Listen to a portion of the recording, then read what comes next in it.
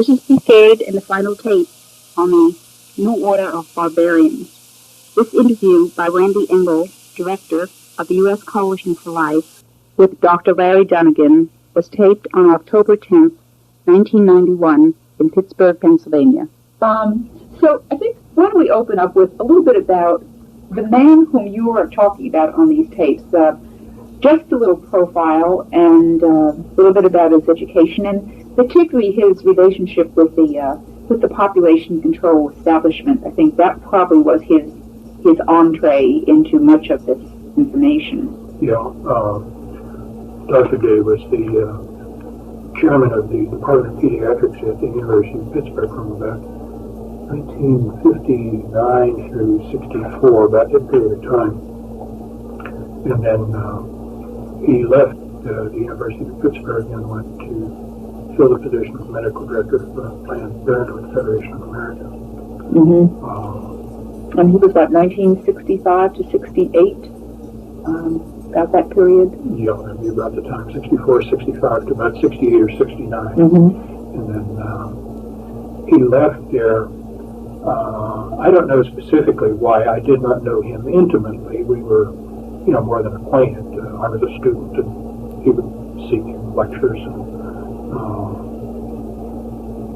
And so he knew my name as a student and probably corrected some of my test scores and that sort of thing. Of course, I knew him as a lecturer and would stand in front of the auditorium and would, listen as he talked about diseases. And take notes as students? Oh, yeah. Yeah, take notes. Okay, but it was interesting, this man is not as well known, I think, to our listeners, like names like Mary Calderon, Alan Guttmacher. They were both medical directors at one time or other for Planned Parenthood. But Dr. Day was not well known, and as a matter of fact, when I went back into the SEGAS archives, there was very, very little information that had his actual name on it. So he was not one of the better known of the medical directors, but I'd say he probably had the scoop on what was going on as well, if not better, than any of the others before or after he came.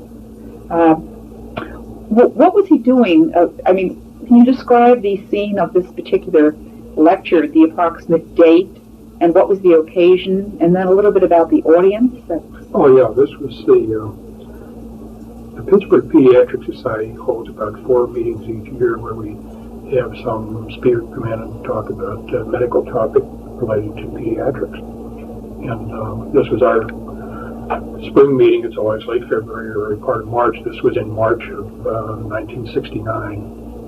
And it was held at a restaurant called Lamont, which is well known in Pittsburgh. Yeah, a beautiful place. Overlooks the confluence of the Ohio, where the Ohio River forms, the confluence of the Allegheny and the Monongahela River. Very, very pretty place.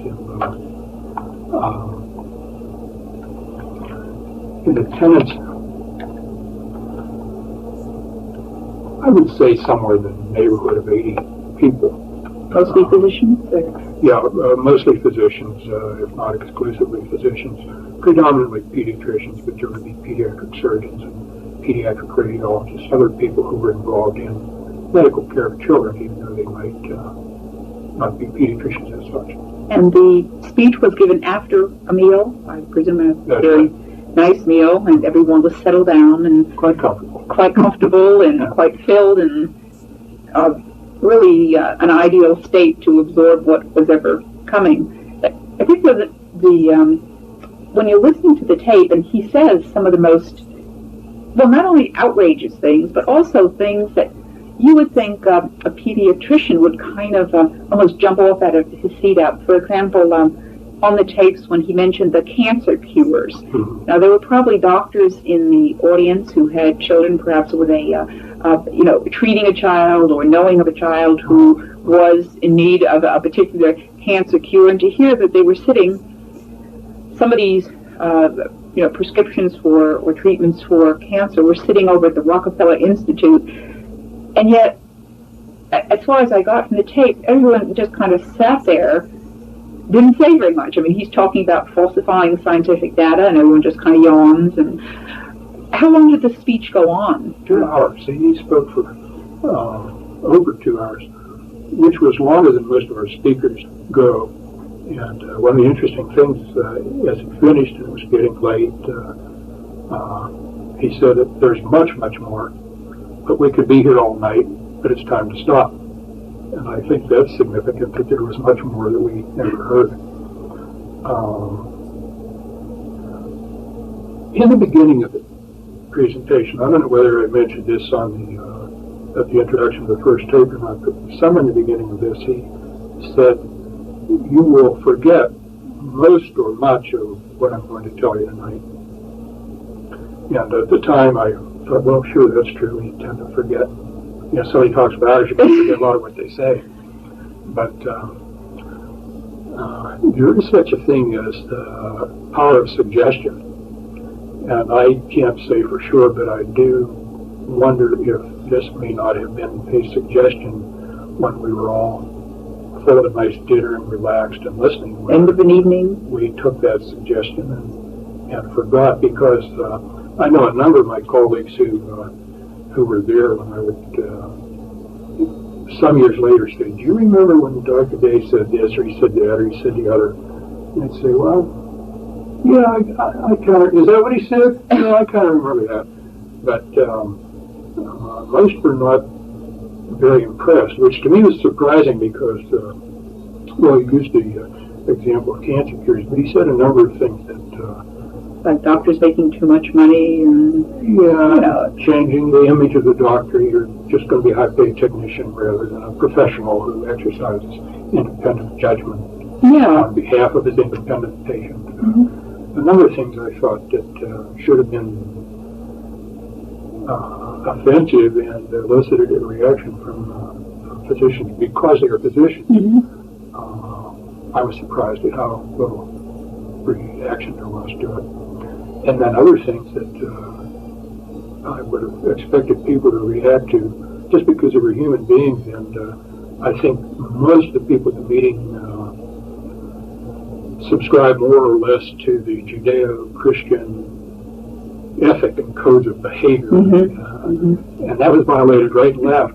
And particularly one of my friends who I thought would be as disturbed as I was about this just sort of smiled and wasn't disturbed at all. And I thought, gee, this is surprising. Was part of it also because of his prominence? I mean, he was... the authority. The authority figure. Yeah, I think there may be something to there. This is the authority. We sort of owe some deference here. I mean, he couldn't possibly mean what he's saying, or there couldn't possibly be any... I mean, he's such a good guy. You know, I've often heard that phrase. Geez, he's such a good guy. I can't believe that he'd actually mean things. I can only speculate about this, but I do think at the time there was an element of disbelief about all of this. Thinking, oh, this was somebody's fairy tale plan, but it will never really happen because it's too outlandish. Of course, we know step by step it is indeed happening right under our feet. Yeah. Before talking about the specific areas, I think there's a lot of benefits from this tape. One of them is when we have a good idea of what the opposition is about and the techniques he's using, then you can turn around and begin your resistance to all the types of manipulation and so forth. So I think that one of the ways I'd like to start off here is to talk about seeing that there were 4 or 5 like theme songs that he kept on repeating them over and over again. For example, this business, which I think is so important, that people fail to distinguish between the ostensible reason and the real reason. In other words, if you want someone to do something and you know that initially he'll be balky at doing that because it's against his morals or against his religious beliefs, you have to substitute another reason that will be acceptable. And then after he accepts it and it's a fait accompli, then there's just no turning back. Right. And it was in that connection that he said, people don't ask the right questions.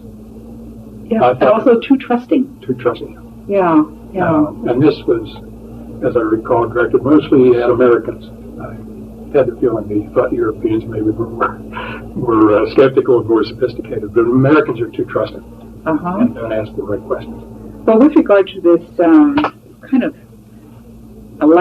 almost a lack of discernment, I guess that's basically what he was saying. They were easily tricked or too trusting. I think the thing that really flashed through my mind rather quickly is, for example, in schools, how quickly so-called AIDS education was introduced.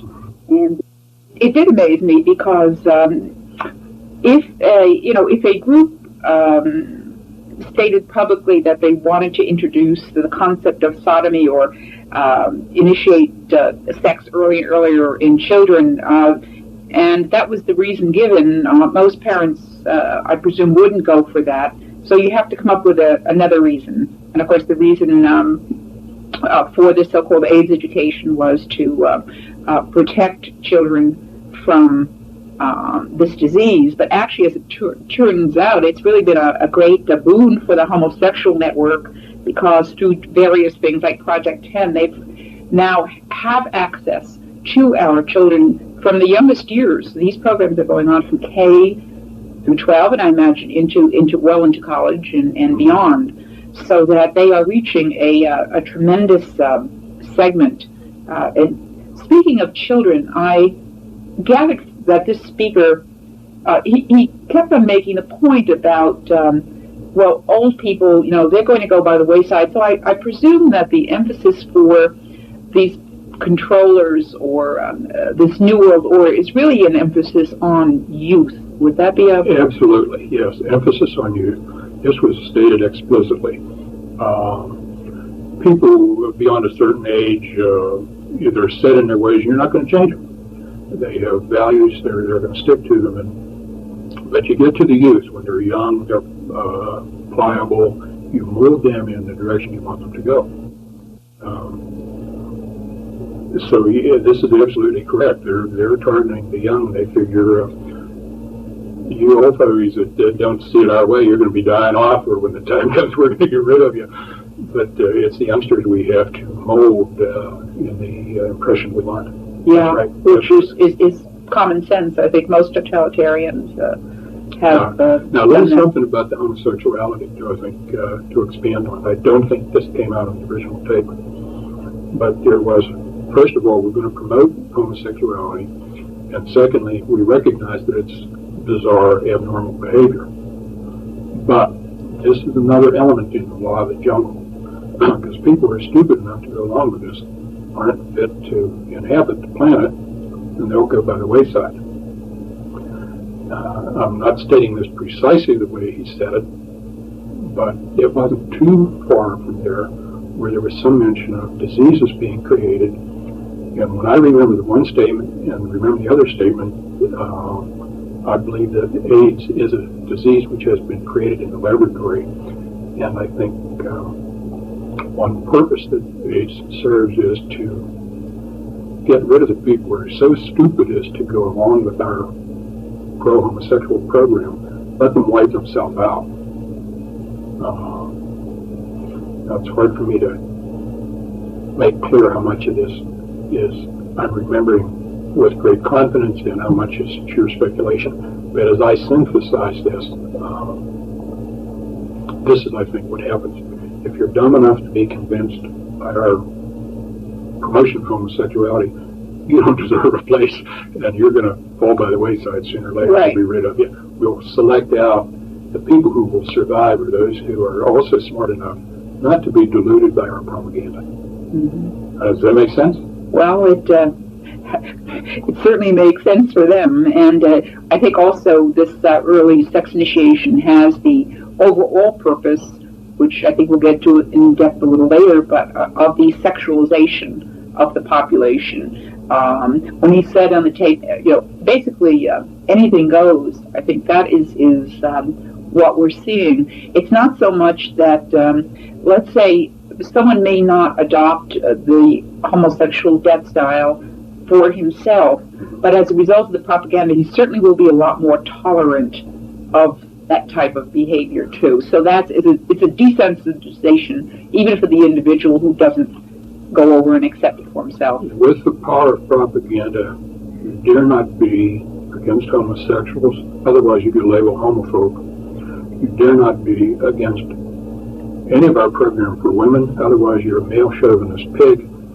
It's like anti-Semitism. This label gets enough currency in the culture that people get shot being stuck with it. Yeah. So it's easier to keep quiet. Well, another theme was this business about change. Okay. And I wanted to get to change in relationship to religion and family, but during the period when I was hearing this tape, I remember going to a mass, and they happened to have at that point dancing girls on the altar, and so when I was sitting and was getting a chance to listen to the tape, I thought, as a Catholic, that has been, if you talk about the effective change, probably the most difficulty, and the hardest thing has been to watch our traditional Mass, that which Catholics have practiced, those things which they've practiced and believed for so long. And in about that time this tape or the speech was given, which was about late 1969, everything had begun to turn over on its head, so much so that I think many people feel that now when they go into a church where there is the Novus Ordo, you're almost in a constant state of anxiety because you're not quite sure. What am I going to encounter? What are you going to encounter now? We're going to have you look at the little songbook. Of course, that's changed radically, and then you see, instead of brethren, you see people, or you might see something odd happening up at the up at the altar, which is now the table. And so the notion of God as eternal, and the teachings of Jesus Christ as eternal, and therefore the teachings of the Church as eternal, depends on the authority of God,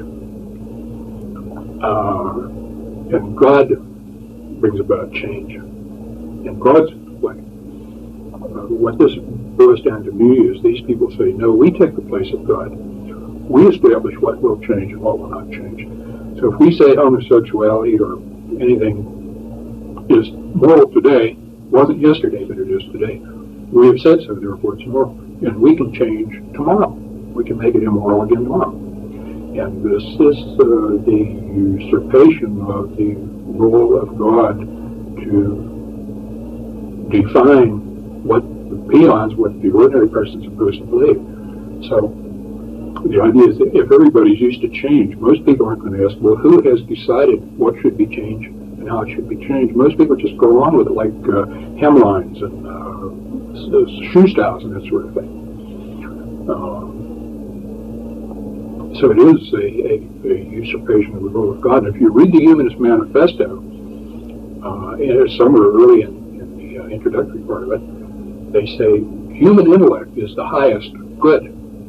Well, to any human being, what you call the highest good, that's your God.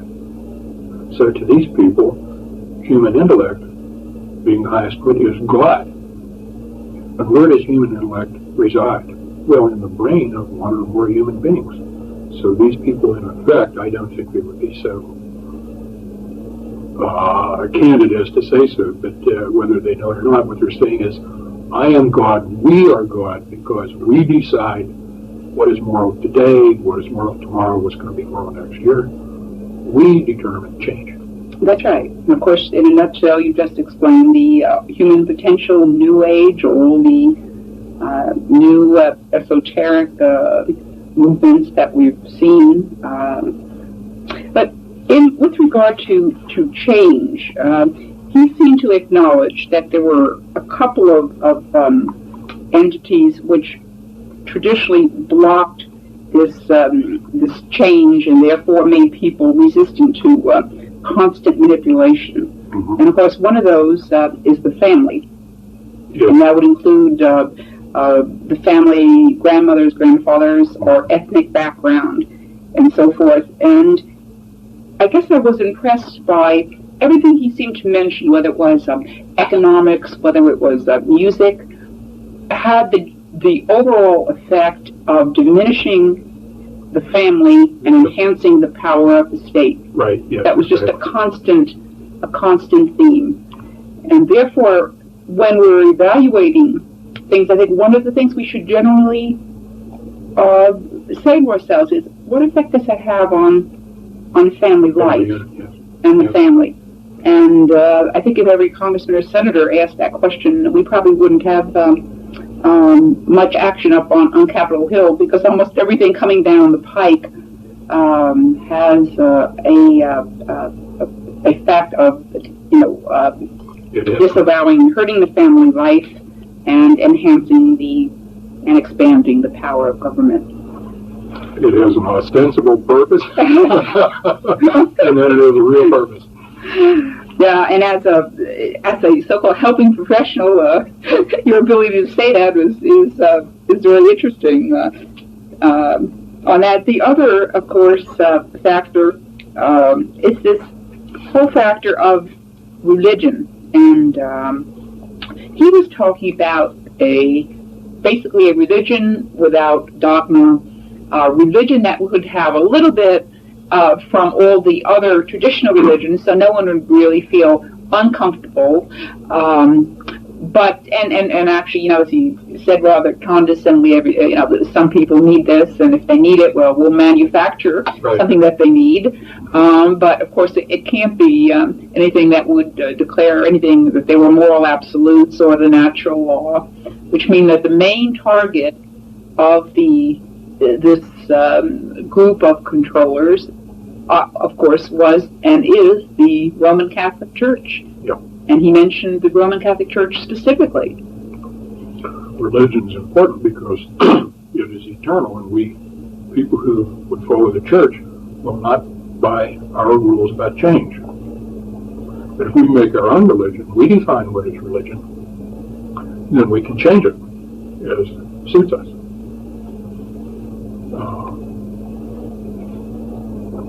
Yes, the Roman Catholic Church, I was kind of flattered sitting here as a Catholic, hearing it pointed out that the church is the one obstacle that he said we have to change that. And once the Roman Catholic Church falls, the rest of Christianity will fall easy. Mm-hmm. And I noticed, though, that as the conversation went on, he said, now, you may think churches will stand in your way, but I would just want to tell you that they will help us. Yes. And he didn't say they will help us all except the Roman Catholic Church. They said they will help us. Yes. And unfortunately, he was right. Yeah, no, he didn't say this explicitly, but again, was one of those things the themes that came through. He apparently thought the use of words was real important, because he mentioned this with regard to a number of things like the Bible, how the very famous psychiatrist Miru mentioned that if you want to control people, then you control the language first, and words are weapons. He apparently knew that very well, and I think the controllers as a whole know this very well, and of course it's part of their campaign. But that little statement about words, that words will be changed. When I heard that, I thought, instead of saying altar, you say table. Instead of saying sacrifice, you say kneel. With regard to the mass, and people say, well, that's not important. Of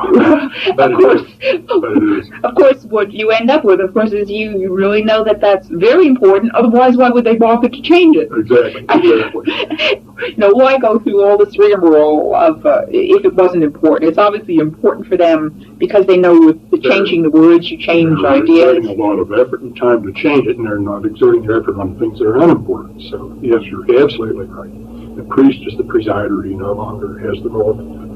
In some cases, he no longer has the role that the priest formerly had. Yes, those words are because words carry meaning. There's the dictionary definition, but I think we all know certain words carry meaning that is a little bit hard to put into words, but they carry meaning. So yes, that's controlling the language.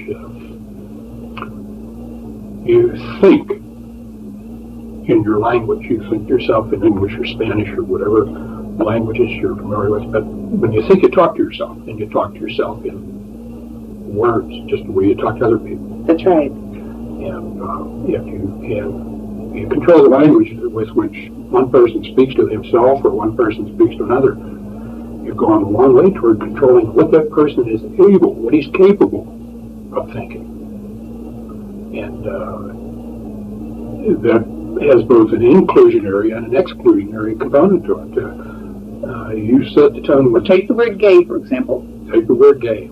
That's a good one. I have some old tapes by Franz Lehar, and then he talks about the gay hussars, the happy soldiers, and now you couldn't quite use that same word, could you? Not get away with it? So they take offense and would injure you.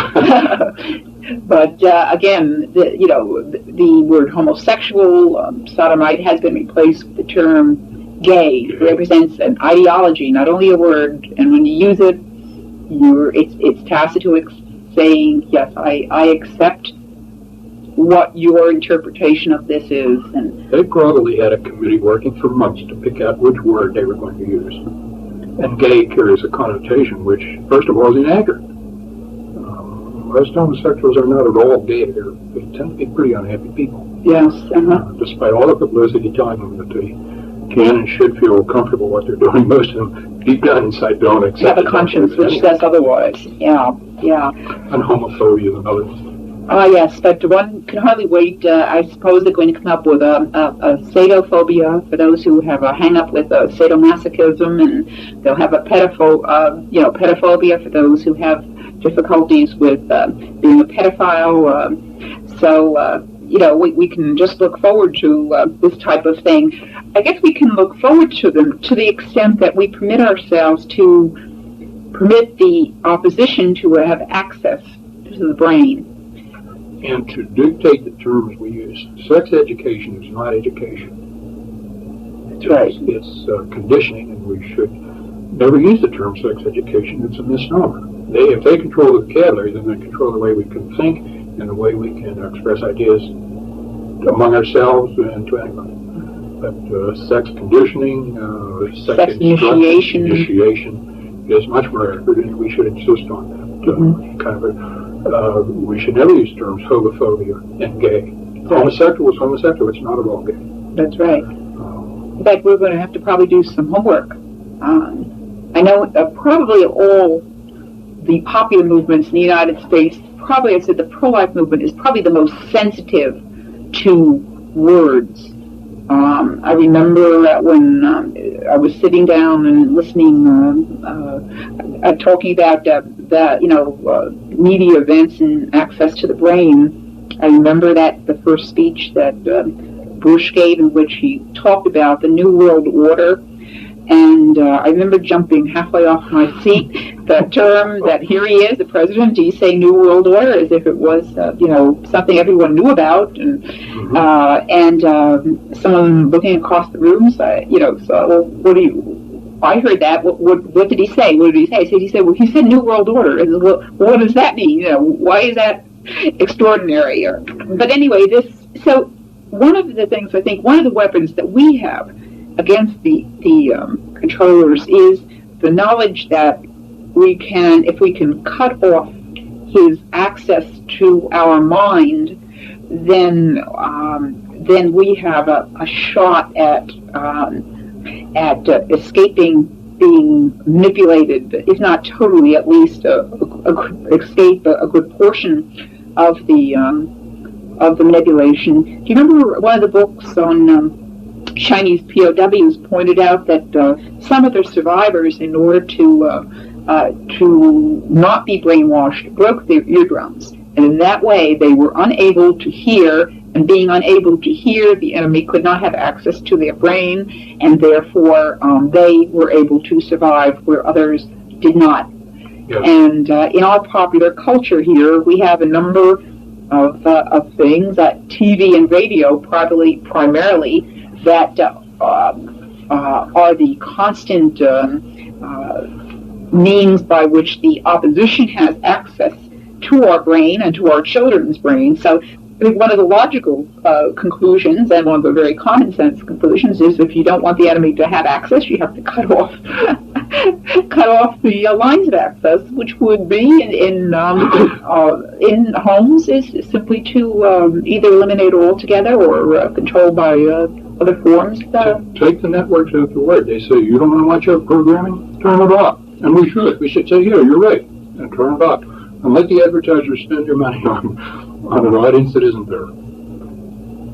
I thought, as a pediatrician, I'm always interested in how kids do things and how kids are like adults. And what you're talking about, international politics where one nation goes to war against another, or kids on the playground. There are certain things that are common. It's just that the kids on the playground do it on a smaller scale. But you mentioned cutting off access to your brain. Somebody says, I don't want to hear it. And I remember kids on the playground, I'm sure we've all seen this. Somebody saying, yeah, Jimmy, and they're teasing the kid. What's he do? He puts his hands over his ears. He said, I'm not going to listen. And the kid who wants to torment him will try to pull his hands away and be sure that he listens. And it's the same thing. Words entering, and the child knows. Words have meaning, they're hurting him. Goebbels knew it, Lenin knew it, CBS knows it. It's just interesting. The principle stands across the board. It just gets more complicated as you get older, more sophisticated. But most kids on a playground, you'll learn a whole lot about adults in the world. I had to just sort of slip that in. Yeah, I think most of us are shaking our heads at that one. This Dr. Day was very much into the whole population control establishment, and he was, of course, in favor of abortion. But as he again started talking about the aged and euthanasia, I recall one of the books, a population control book, saying that birth control without death control was meaningless. And one of the, if we can use the expression, one of the advantages in term is, if one was favorable toward the killing of the aged, one of the favorable things is, in fact, abortion, for the simple reason is that, universally speaking, abortion has the result of bringing about a rather inordinate chopping off of population at the front end, that is at the birth end. Yes. And the inevitable effect is that you will have a population which is top-heavy, within a rapidly aging population, which is the current state in the United States.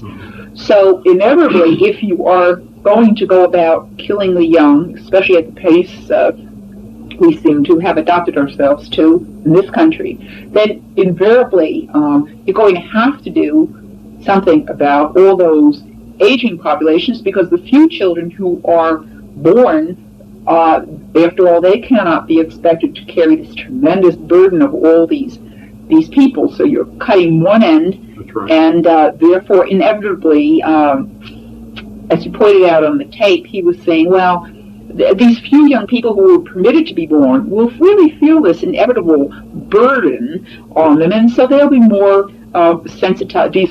They'll be more warmed up to the idea of Grandma and Grandpa having this little party, and then shuffling off to the wherever they shuffle off to, and whether it's taking the demise pill or going to a death camp. Or there was a movie out some years back called Soylent Green. Oh, yes. Do you remember Soylent? Yes, I remember it very distinctly. And Charlton Heston was I only saw parts of the movie. I never saw the whole thing from beginning to end. But Edward G. Robinson went to sit in the theater and he listened to Beethoven's Pastoral Symphony. That's right. As he was to take his demise pill. That's right. In fact, we also made the point that, of course, the food that the people were eating were each other. Right.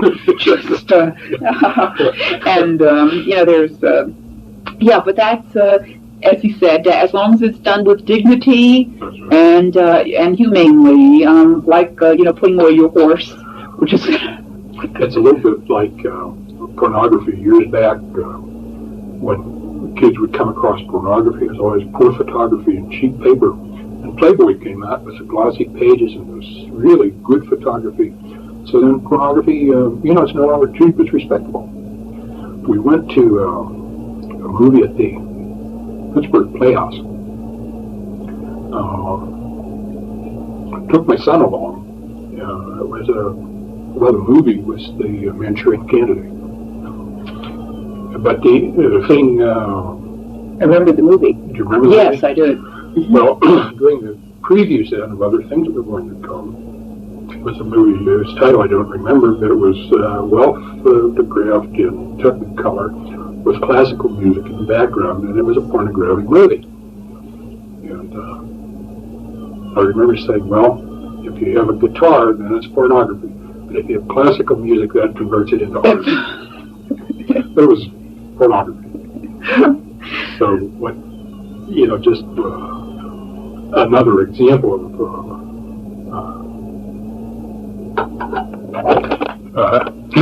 what you were saying. As long as it's done with dignity, that's what counts.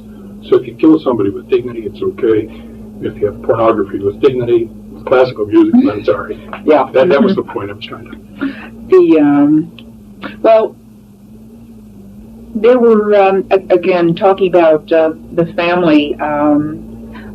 Currently, I know an awful lot of people who are out of jobs. And he had quite a bit to say about certain things like, for example, heavy industry and things like that. I guess what was the shock was that this man, I wasn't surprised that he knew a lot about population control, abortion, at the other end, euthanasia. But what did surprise me was that he was an individual who was talking about religion, law, education, sports, entertainment, food. How could one individual, and I think this is probably the question that everyone listening to these tapes is asking, how could a individual have that much input? Now, one could say, well, it didn't pan out, but we know, listening to these recollections 20 years later, I can't really, except perhaps for maybe some minor things, everything that he has said has truly come to pass, and almost beyond, beyond imagination. Mm-hmm. How could one individual talk with such a authoritative, non-questioning thing that this is the way, this was going to happen, and this was going to happen in fashion, and this is what we were going to see on TV, and there were going to be, video recorders before I even ever heard of the word. I think what happens is certainly one individual hears this, but the plans are by no means made by one or a small number of individuals. Just as industrial corporations, they'll have a board of directors with people from all sorts of activities. They sit on the board of this corporation and they say, now if we do this to our product or we expand in this area, what will that do to banking? What will that do to clothing? What will that do? What ripple effect will that have on other things? And I'm sure that whoever makes these plans, they have representatives from every area you can think of. So they'll have educators, they'll have clothing manufacturers, designers, architects, every aspect of human endeavor, across the board. And then when I'm sure they get together and have meetings and plan, and everybody puts in his input.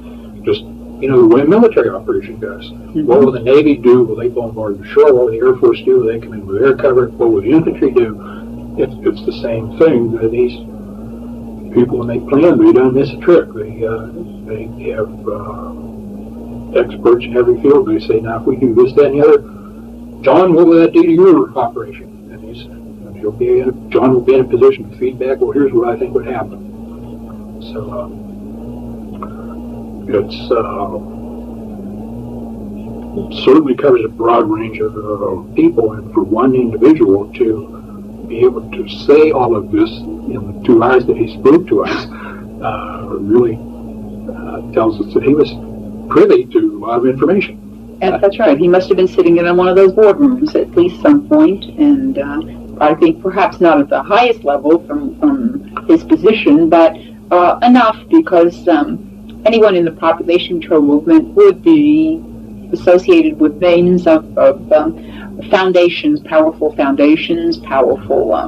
organizations, and I'm sure that there's a lot that was in the plans that he never heard of.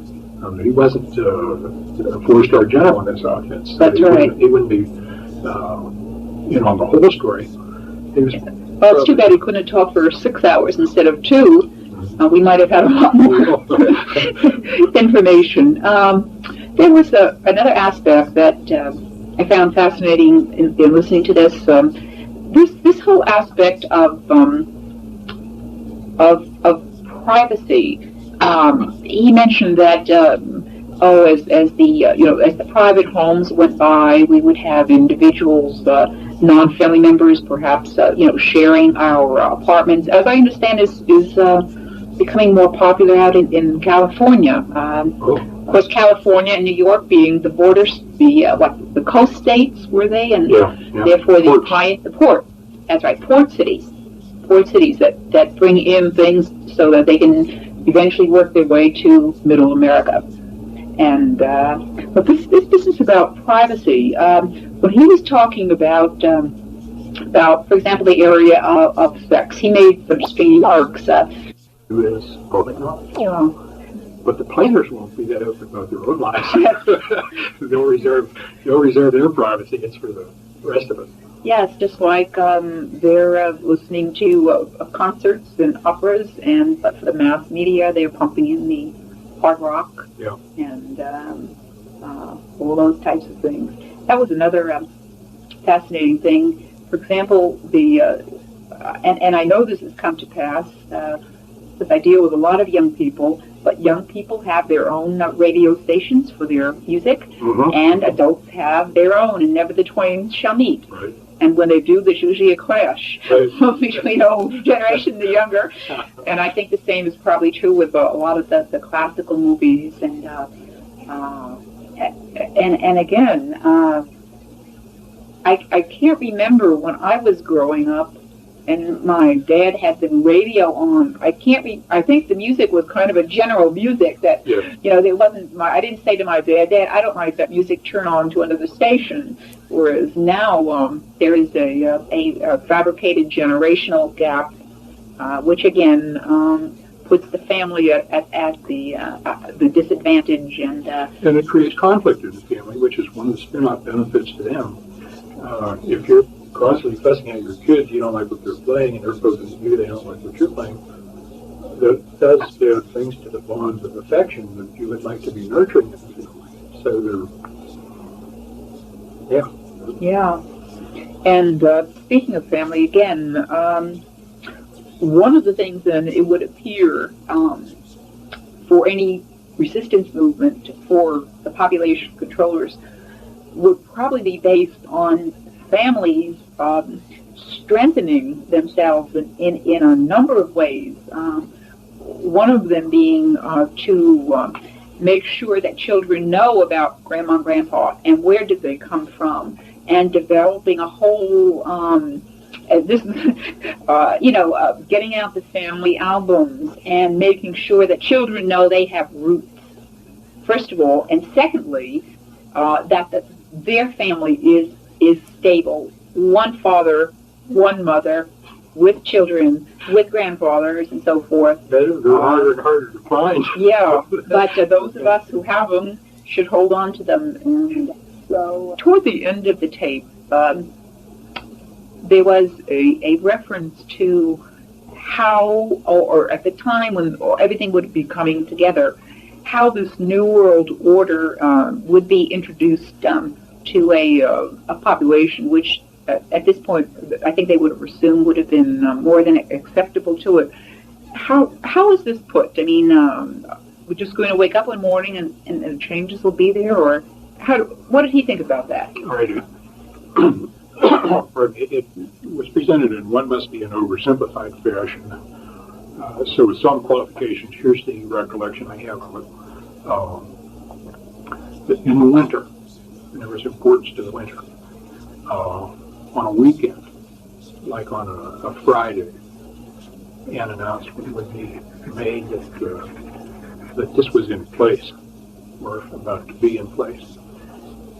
That the order, the new order. The New World Order was now the system for the world. Mm-hmm. And we all owe this New World Order our allegiance. And the reason for winter is that, and this was stated, people less prone to travel in winter, particularly if they live in an area where there's ice and snow. Summer, it's easier to get up and go.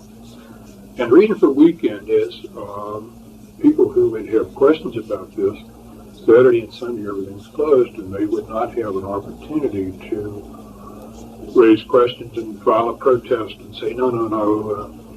And just that period of the weekend would allow a desensitizing period so that when Monday came and people had an opportunity maybe to express some reservation about it or even to oppose it, they would have had 48 hours to absorb the idea and get used to it.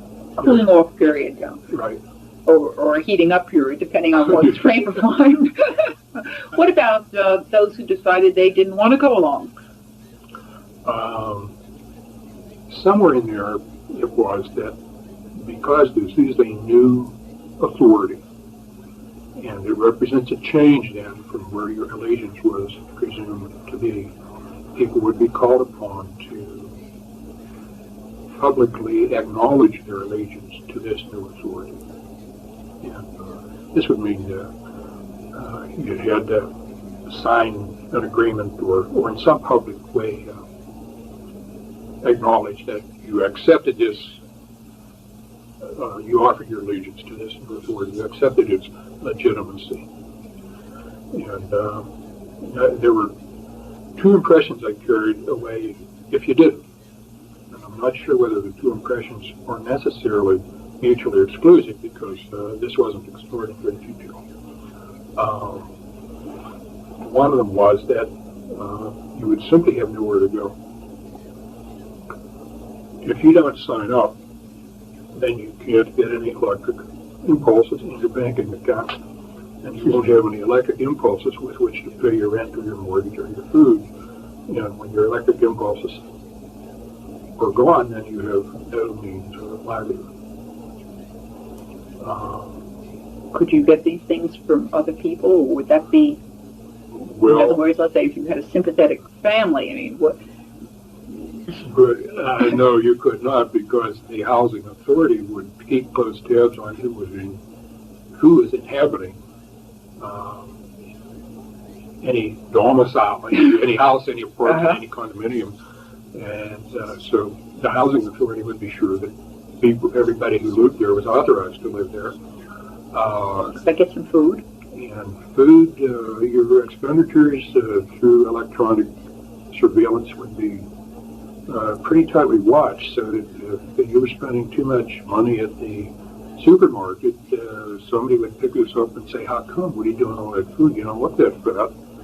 You don't have that many people. We know you're not entertaining. What are you doing with all that food? And these things then would alert the... I have 7 people in my basement who object to this New World Order, and I'm feeding them, and then they said, well, one has to go. They don't belong there, and you can't feed them, and since you're sympathetic to them, maybe your allegiance isn't very trustworthy either. So, well, yeah, we see this really, I think the Chinese experience tells us a great deal about certain things. For example, when they wanted to enforce the one-child family, what did they do? Well, of course, they cut off all education for the second child. Your food rations were cut so that you couldn't get, a pregnant woman couldn't get the right amount of food. And ultimately, still, if they found ways around that, then they instituted compulsory abortion and compulsory plugging in of the IUDs and all this. And, when we would somewhere in the tape this business about people can carry two conflicting ideas around, or even espouse two conflicting ideas around, as long as they don't get real close together. Yeah. And what immediately came to mind was, here we have an organization like Planned Parenthood, freedom to choose, yet they support population control programs, which is, of course, not the freedom to choose, and no one ever calls them to account and says, no, wait a minute now, you're freedom to choose here, but you're supporting the Chinese program, which is compulsory.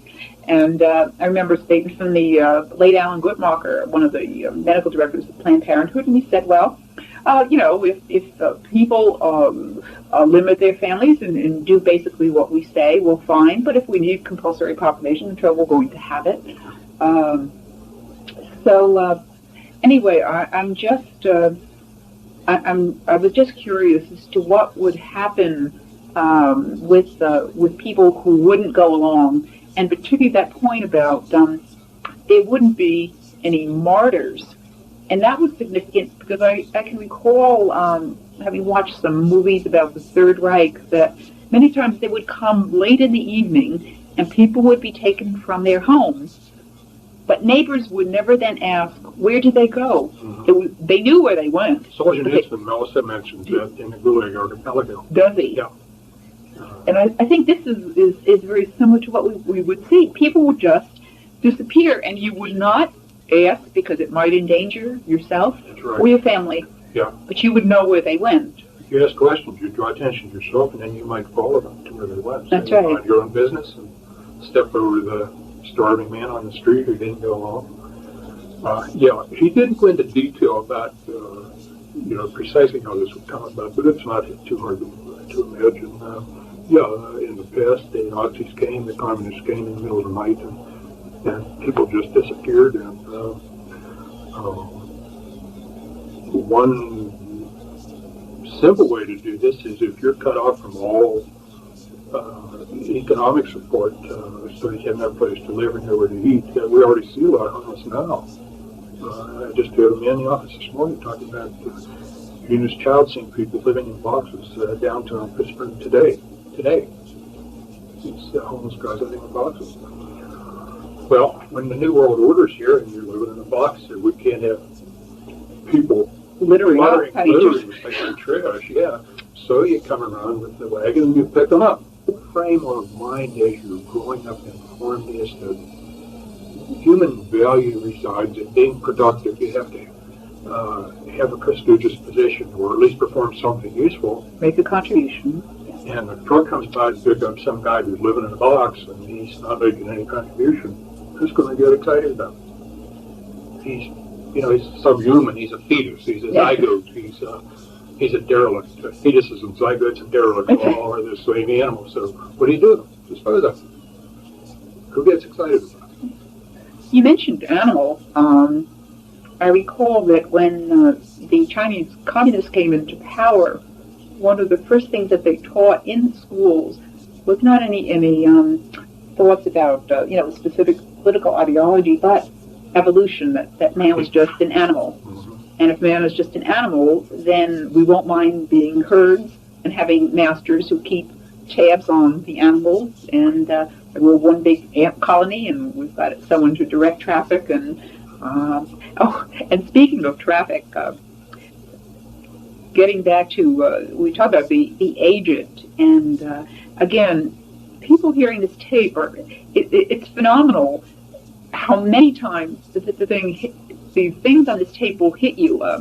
I just came back from New Jersey, which has a lot of retirement-type villages, and I've been there over a period of years, and there's a structure around a retirement home which has been uncompleted. It has to at least be 2 or 3 years. Now, they've recently completed it. It's kind of a roadway, But I think it would be easier to get out of a complex at a playland. It is so complicated, and yet the whole region has elderly people driving, and here we are, a fairly middle-aged couple, and for the life of us, we couldn't figure out how we were going to get out, what we were going to do. And so I asked some of the residents, I said, doesn't it bother you that they haven't fixed this road for years, and now they're coming up, and this thing is so complex, you just can't go across the street, which would have been the logical thing. You have to go down, and they have a jug handle, and you have to go over and under, so it takes you so long. And the woman replied to me, well, we just don't go out. We just don't go out. So here we are, this little retirement village where they have made it very difficult for a population. Maybe there's 40 or 50, actually probably more than that, several hundred homes in this plat with only one exit. And the exit involves such a great deal of bother that they said, we try to just cut down on the numbers or the times we have to go out shopping. Right away, it makes me wonder if it's difficult to get out, it's also difficult to get in probably for visitors. These retirement homes kind of remind me of like an elephant burial ground. You know what I mean? Because there's no, the one thing you notice is there's no children. There's not the laughter of children in these homes. My experience has been that people in like retirement homes, nursing homes, when they see a child, they just blossom. They're really delighted to see a child. Sure, they're happy to have their sons and daughters come, other adults, but when they see a child, it doesn't even have to be their own. It just has a very beneficial effect on their mood. And if these older people aren't seeing children, the other side of that coin is the children are not seeing older people either. That's right. So if you don't get used to seeing older people, they don't exist. That's right. And that, I think, is another interesting angle on what you said about and that's why, again, with the family, making sure your children see their grandparents very often, no matter how much that entails. The trouble is of the logistics is certainly worthwhile, because again, if you never see someone and you don't learn to love them, and you have no contact with them, when someone says, "Well, it's time for your grandpap to check out," well, who's that? Who's going to defend and fight for someone that they never even saw before? I remember one of the phrases. This is, again, so many of these things. You only have to hear them once, and they stick in your mind. Yes. They're so jarring. Yeah. Was this, that we've already discussed sex without reproduction. Mm-hmm. Then he also said the technology would be there for reproduction without sex. Right. And this seems to me, this is a whole nother area, because one of the,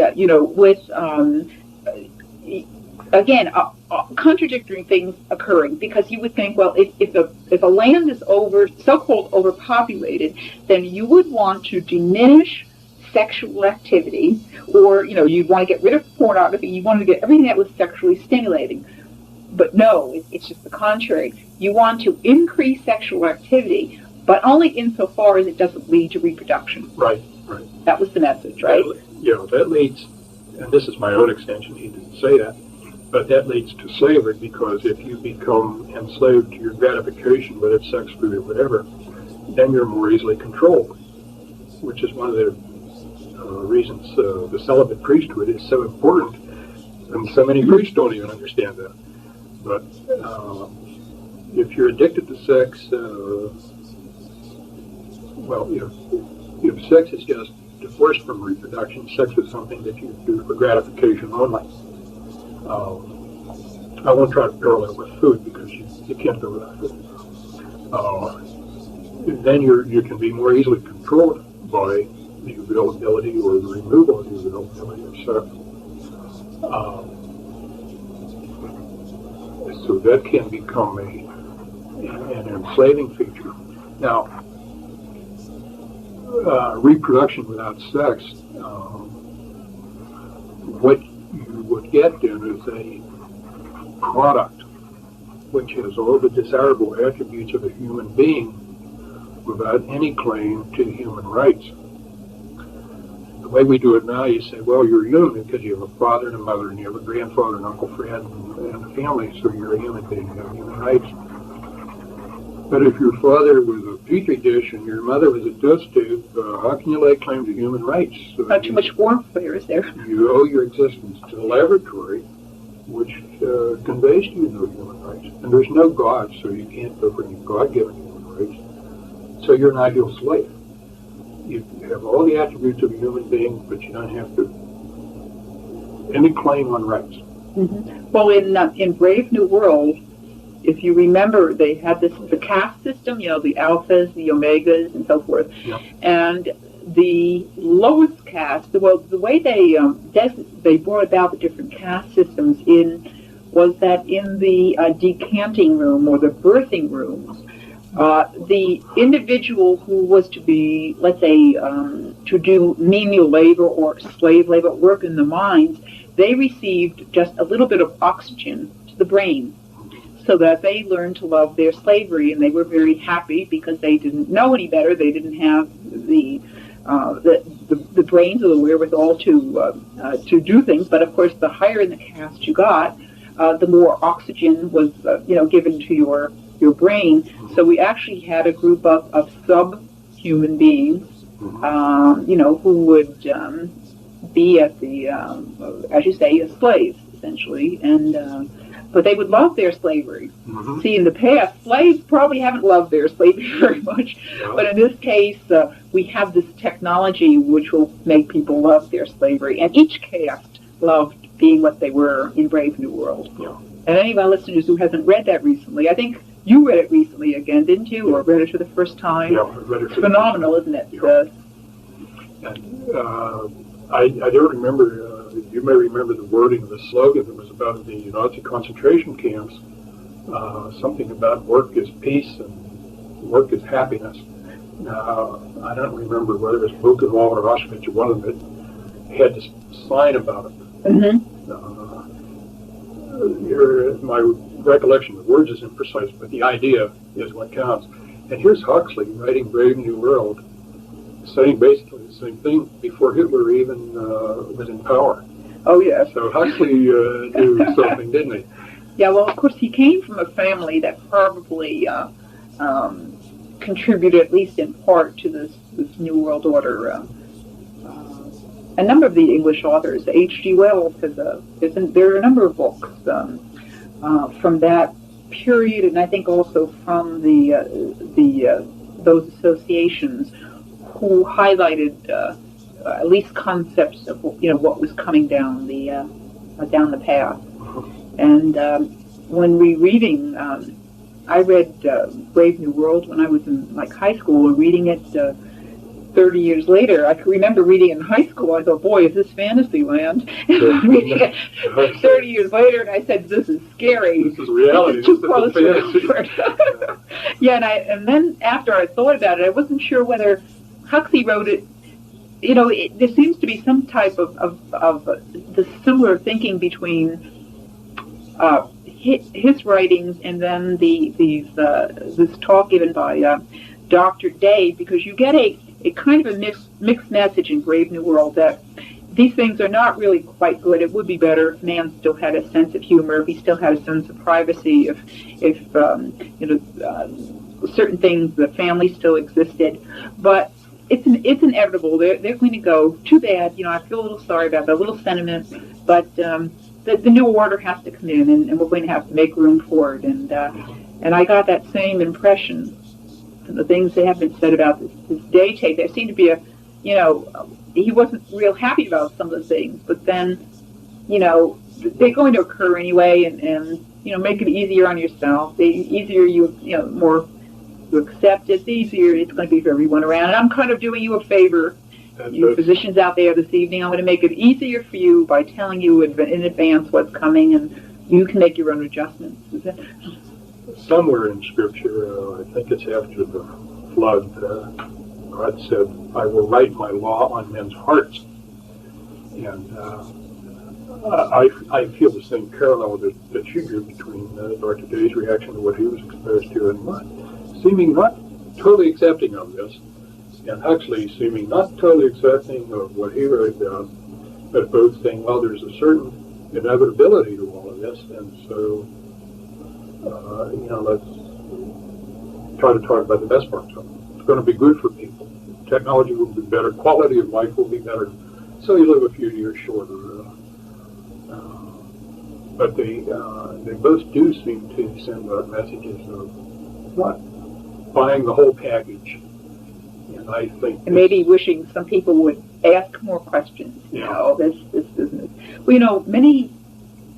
Looking back over history, there are many leaders or individuals who thought, well, they had an idea of what a new world order should be. Certainly Hitler did, Stalin.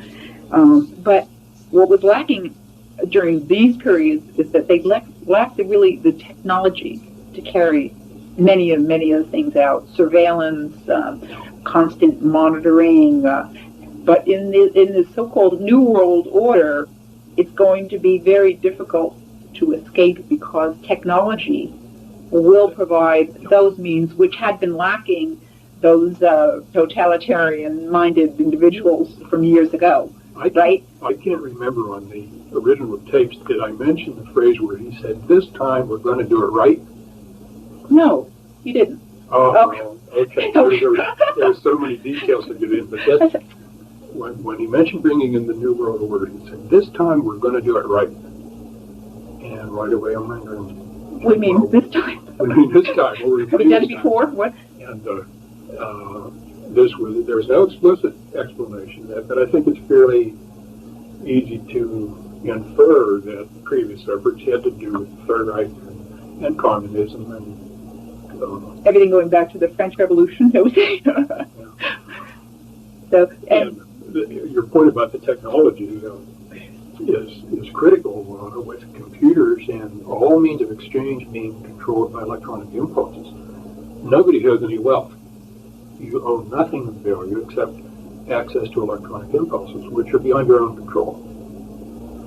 A cashless society? A cashless society.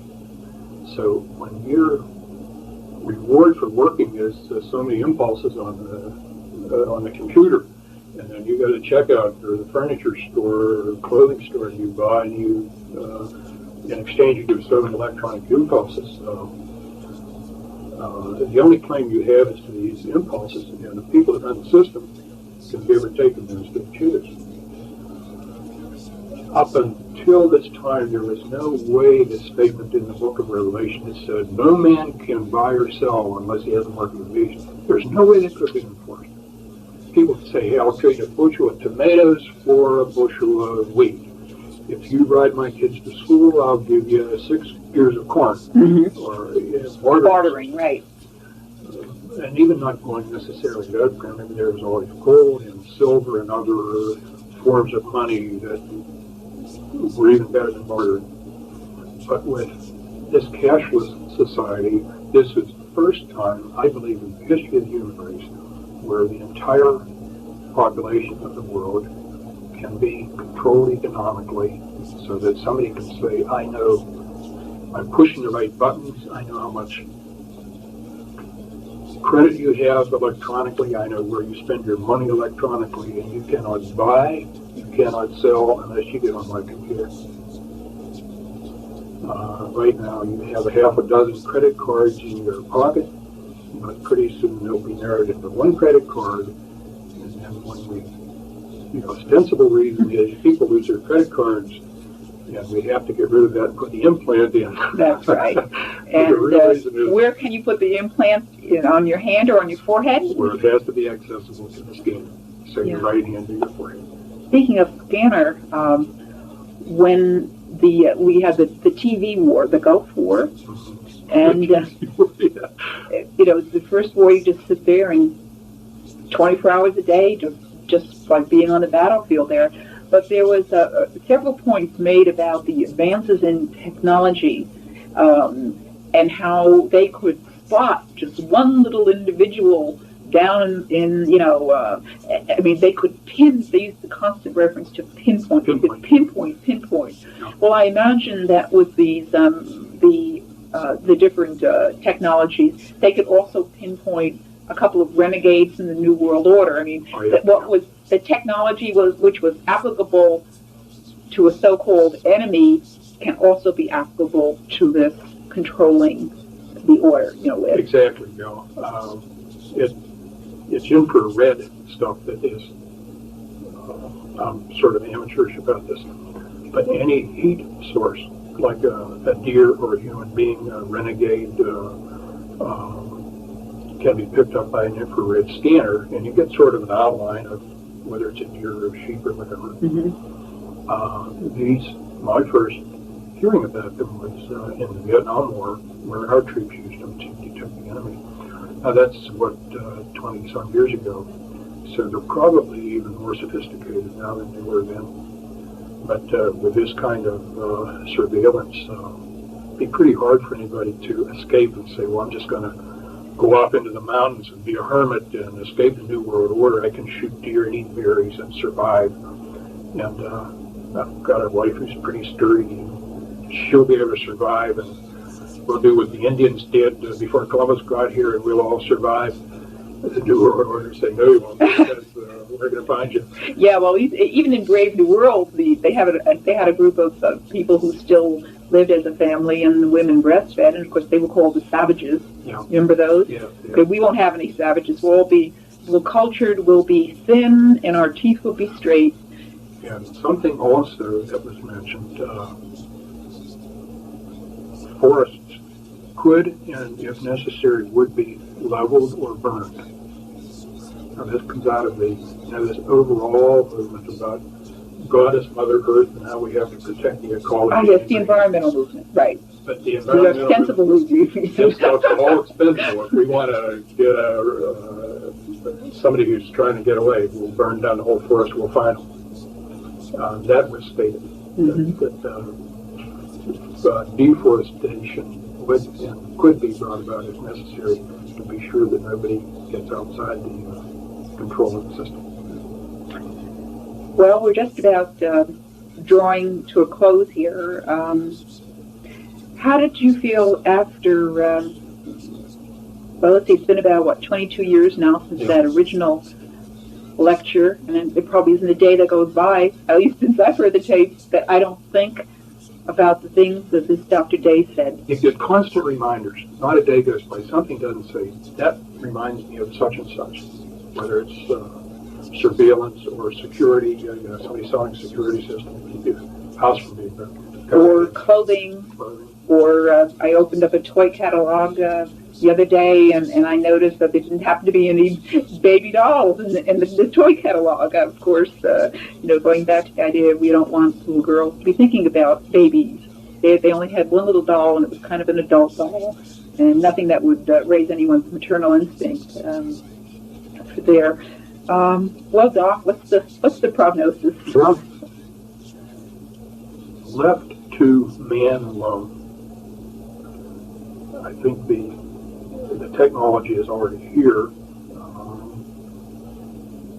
and with technological progress, I think it is inevitable, if man is left to his own devices, that some men will be able to assert total control over other men, over other people.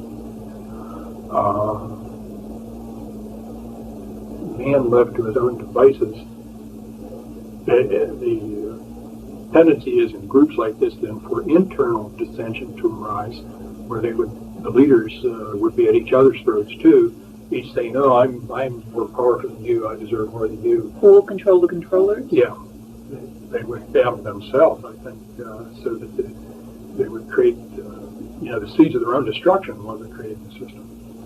But the other thing, I wonder if indeed this may be time for our Lord to come back and say enough's enough. Because you're going to destroy my planet Earth, and I am in charge of the planet. I'm in charge of mankind. Mankind will be destroyed or whatever if I say. I will not allow my creatures to assume and assert this degree of control where you're going to destroy the whole planet. I was thinking as you was just saying that, is that in past dictators could kill people, they could torture them, but essentially they could not change what it meant to be a human being. They could not change human nature. Yeah. Now we are going to have, with this, the new genome project, the multi-billion-dollar project, where they're going to be getting a tab on everyone's genes. No one shall escape. Everyone shall have their genetic codes and all this. And with this opens the door to manipulation to change the very meaning of what it means to be human. Yeah. And if one has an entity then that no longer has free will, you just have to wonder, at that point, our Lord says, enough. Just as Lucifer set himself up as God in the beginning, some people now would set themselves up as God and say, I control the computers, I control the genomes, I control everything. I am God. And at that point, then he would have to say, no, you're not. I have to demonstrate to you, you're not. I'm still God. You're just a creature. Yeah. And as you said on the original tape, we believe in what our Lord has said, in the sense that he will not leave us orphans, that, he will be with us to the end of time. This right away now begs the question when they come around and say, it's your turn to sign the allegiance form. What are you going to do? When Henry VIII came around, he said, well, you either sign here and join, or, and while he's telling you this, they're throwing the noose over the limb of the oak tree and saying, slipping the noose around your neck and saying, you want to sign this, or do we slap the horse out from under you? And a lot of people said, I won't sign it, and they were martyred. Despite his having said there will be no martyrs, certainly there will be martyrs. And the implication in his statement was, well, they will not be recognized as martyrs. But there will be martyrs, and they will be recognized as martyrs, and maybe not in the same way as in the past, but I think this is something that maybe all people need to sort of prepare themselves for. When I'm nose to nose with this choice, are you going to sign this allegiance or not, or we're going to put you in a boxcar and you're going out to Arizona into the desert. People have to be prepared to make a decision. And I think it would be an understatement not to say, or to say, that this tape has great meaning, and it's just like a forewarning, and it gives us ideas of things we should do and things we shouldn't do. And I think everyone listening to the tape will come up with different things that he can do on a small scale. I think that's the beauty of this thing. It's not, as he was talking, it wasn't like real earth-shattering things that he was talking about. He was talking about little things, television, things that we do every day, things that are under our control, the books we read, and I think probably some of these changes, if they're going to occur, will occur with the individual person within that family, with him getting the word out, and then doing the little things. I think they matter over the long haul the most. Just as with the prisoners who survived the brainwashing, I think people who are spiritually oriented, who are thinking about God, thinking about their relationship with God, are the ones who will then be better prepared, very equipped to survive this world and the next. Whereas those who are just focused on meeting their needs right now, strictly the material needs of the day, they're more easily controlled.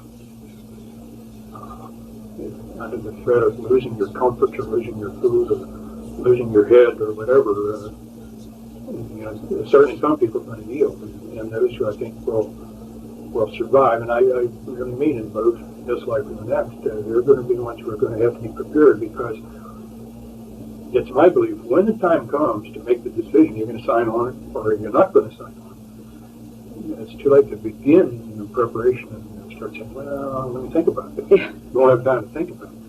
You're going to either say yes or no. I hope a lot of us make the right decision. I do so too, and I think the tape will change as many lives and have hopefully as good an effect as it had on mine and on yours. So let me thank you very much. Oh, you're welcome.